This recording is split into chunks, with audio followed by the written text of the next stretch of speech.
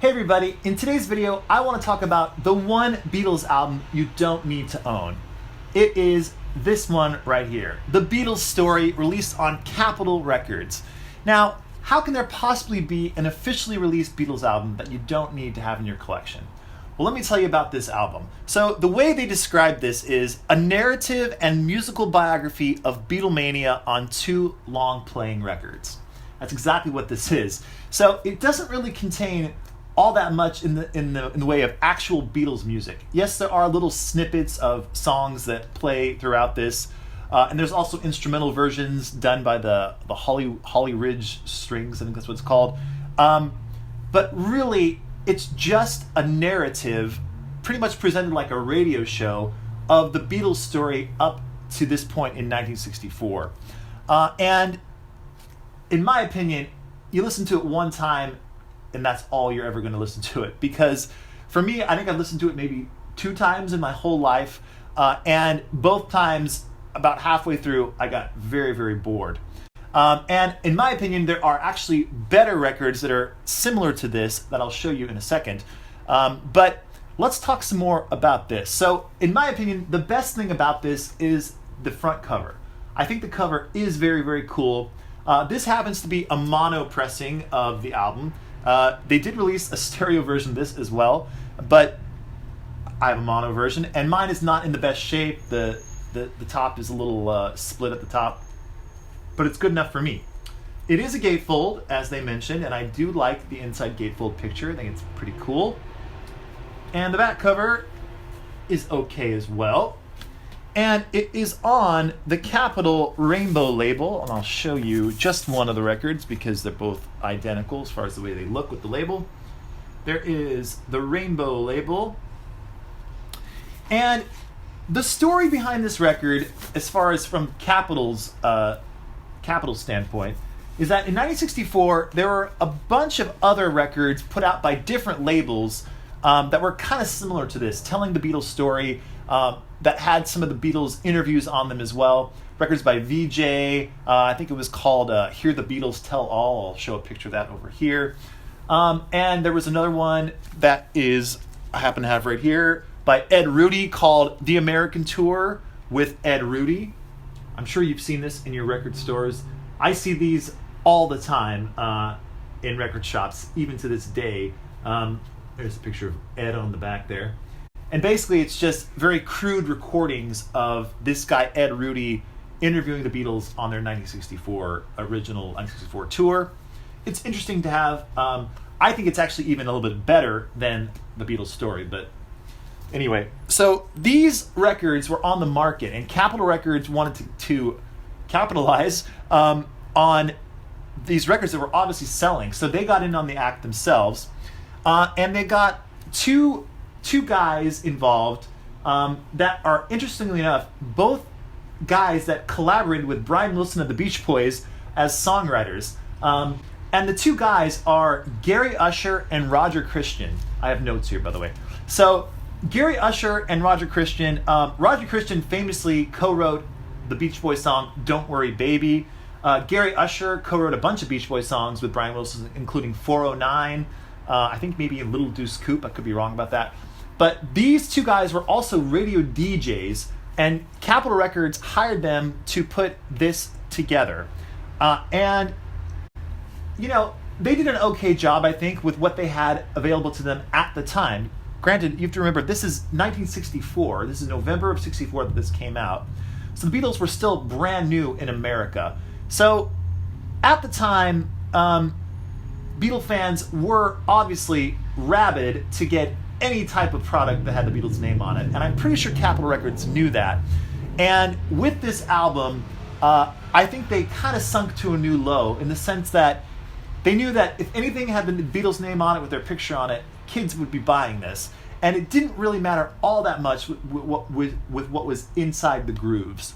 And as I said previously, if you listen to this, it gets pretty boring pretty quickly. Now, there's one cool little aspect to this, and that is it contains a very, very short little snippet of the Beatles recording of Twist and Shout from their Hollywood Bowl concert. And at the time, the Hollywood Bowl concert, it was known that it was recorded but it wouldn't get an official release until 1977 on the Beatles Live at the Hollywood Bowl. And then later, when they re-released it and remixed it on the Beatles at the Hollywood Bowl, remixed by Giles Martin.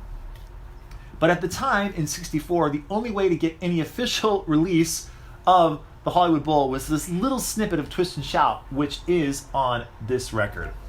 So, if you're a Beatles completist, like I am, and you're obsessed with the Beatles, then this is an album, I guess, that you could have in your collection that would help you complete, maybe if you were trying to collect the Beatles Capitol albums. Like for me, this is the last Beatles Capitol album that I picked up because I wanted to complete my collection, and I needed this one to include to have the officially released Capitol albums.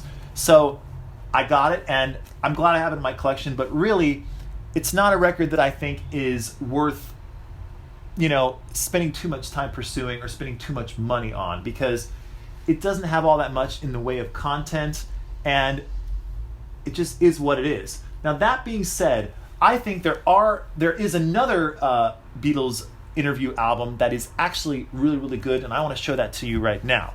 By the way, before I do that, I also want to mention, I looked at my notes, this album, The Beatles Story, reached number 7 in the Billboard album charts. Yes, this was a top 10 US album. That just shows the power of the Beatles in 1964. Yeah. Okay. But this is a Beatles album that I actually like a lot, and it's an interview album. This is called The Beatles Tapes, and it's from the David Wigg interviews. And this is a fascinating listen. This happens to be an import copy. I believe this is a UK pressing, but it doesn't really matter because it's just an interview record. But it's a double album, just like the Beatles Story. On the first record, on side 1, it's an interview with John Lennon and Yoko Ono from their Apple office in 1969, and also contains part of an interview with them in 1971 as well. Fascinating stuff here, because at this point in June 69, the Beatles were still together, but they were just about to break up. John was just about to leave. So they talk about a lot of really interesting stuff, including John and Yoko's album Two Virgins, their peace campaign. They talk about the art exhibit This Is Not Here. A lot of fascinating stuff. Then on side 2 is a Paul McCartney interview from March 1970.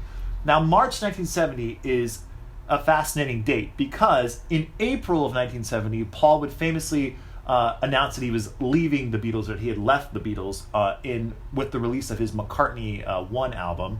There was an interview that was with that, and he put a press release in there that said that he doesn't think he's going to work with the Beatles anymore. He's not going to write songs with John anymore. That was big news. But this interview on here is from March of 1970, and Paul talks about a lot of really interesting things. Obviously, he talks about the Beatles, talks about Abbey Road. Very, very, very fascinating interview with Paul. Then you have an interview on side 3 of this record with George Harrison from March 69. And that is also fascinating because he talks about Abbey Road as well. He talks about Here Comes the Sun. Talks about his involvements in the Hare Krishnas, and just fascinating stuff from George as well. And not to be left out, you get an interview from Ringo as well. The interviews from Ringo are 3 different interviews. One is from 1968, one's from 1970, and one is from 1973. So this, in my opinion, is way more of an important album and an album worth owning in your collection, more so than The Beatles Story. Unfortunately, I will say, The Beatles Story is an officially released Beatles album. It's from their American record label, Capitol Records, so it's an official release. This record is, while it's not unofficial, it's not from the Beatles record label. This is on Polydor, and I don't think it was released with the Beatles' permission necessarily. The interviews were obviously conducted with their permission, but I don't think they knew that it was going to be released as a record. And I don't know exactly when this came out. I think this came out maybe in like the 1970s, like mid-70s. I'm sure someone in the comments below can let me know. But I think it's a really, really essential record to own because it's really, really fascinating. So the Beatles tapes from the David Wigg interviews, I think, is really, really great. But Yeah, that's the video for today. Just talking about the Beatles Story. I feel like not a lot of people talk about this album all that much. There's not much to talk about, to be honest with you. But I was just going through my Beatles albums and thinking about, if I had to get rid of one Beatles album, what would it be? And it would definitely be the Beatles Story. And in a way, it's kind of nice to have a Beatles album like that, because if I had to get rid of this record, which I would not, but if I had to, it wouldn't be a big loss, because it's not like I'm missing any Beatles songs if I got rid of this record. So that's it. The Beatles Story. The one Beatles album that I don't think you need to own. That's it for today. Hope you enjoyed the video. Hope you're all doing well. Take care, and bye for now. There goes the motorcycle.